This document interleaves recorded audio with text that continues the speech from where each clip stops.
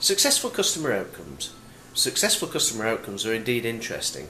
Often we work process out on the basis of the outputs that we can achieve, so we have input, activity and output. However, successful customer outcomes allow us to link every single activity and task in the organisation right the way through to the delivery of customer needs. Now, successful customer outcomes are a way of thinking where we ask a number of different questions. Remember, never ask the customer what they want, otherwise they'll tell you and you create an expectation. So the questions are arranged in such a style that we can elicit from the customer information, which allows us to identify what their real needs are, oftentimes when the customer doesn't know it themselves. So those questions start with, number one, who is the customer? And that's not always obvious, so give that some thought. We try to think of the customer in the context of the successful customer outcome in a theoretical sense as being the customer who pays us the money, the person who provides the revenue that supports our whole value stream, everything that we do. In fact, if you want to think about it this way, it's the person who pays you the money to pay you your salary. So who is the customer? The second question we ask is, what is the customer's current expectation? So what does the customer expect in the current situation? What does he expect? Not what do we expect to give him, what does he expect in the situation? The third question is, what process does the customer think they're involved with? Again, another important question, because sometimes we'll be inclined, say for instance you're in the middle of an insurance claim, you'll be inclined to say things from our internal inside-out point of view. Oh, they're in the claims process, or they're in the underwriting process, or they're in the payments process. But ask the question of the customer directly. Sir or madam, what process do you think you're involved with at the moment? And sometimes the answer to that question can be quite astonishing. It can be quite brutal as well. But that's what the customer thinks they're involved with.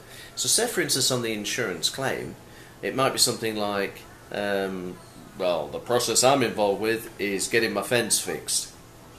End of story. Not going through the claim or the underwriting or having to take time off work and all those other things. So that's the third question. What process does the customer think they're involved with? The fourth question we ask is, what do we do as an organisation that impacts customer success? So what do we cause the customer to have to do? So thinking again along the lines of that insurance question, we cause them to arrange to have an underwriter. We cause them to arrange to have to wait in. We cause them to arrange to accept our offer in terms of how much we're going to pay them towards this claim. Those are all things that we do that impact customer success. And oftentimes we can see them in our process as business rules. So those guys we put in our process, where we're thinking about our process activity map, could be the business rules, the things we have to do, the decision points that we make, are often things that also impact customer success. Now the fifth question is probably the most important one. It's where we allow ourselves to bring all this knowledge together that we've gleaned from the previous questions, and we ask ourselves the question, what is the customer's real need? So the fifth question, what is the customer's real need? Now at this point we articulate a set of needs which are based on answers yes and no, black and white. Not we did 60% of that. From a customer's point of view, when you deliver a need, it's either done or it isn't done.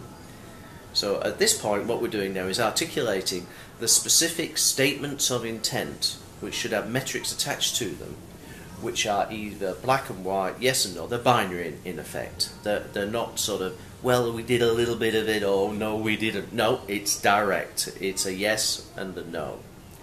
And the final piece of the successful customer outcome mapping jigsaw is to ask ourselves the question, what is the one-liner that summarizes the total successful customer outcome? So what is that one-liner? So we've talked about organisations like, for instance, Hallmark cards, and their one-liner is actually one word, isn't it? Expression. So their successful customer outcome map encompasses the whole of expression. So from that point of view, is everything that we're doing, every single task and activity, contributing to the achievement of this successful customer outcome? And in their context, that's expression. So that's a quick overview of the successful customer outcome map and the questions we should ask ourselves. Thank you.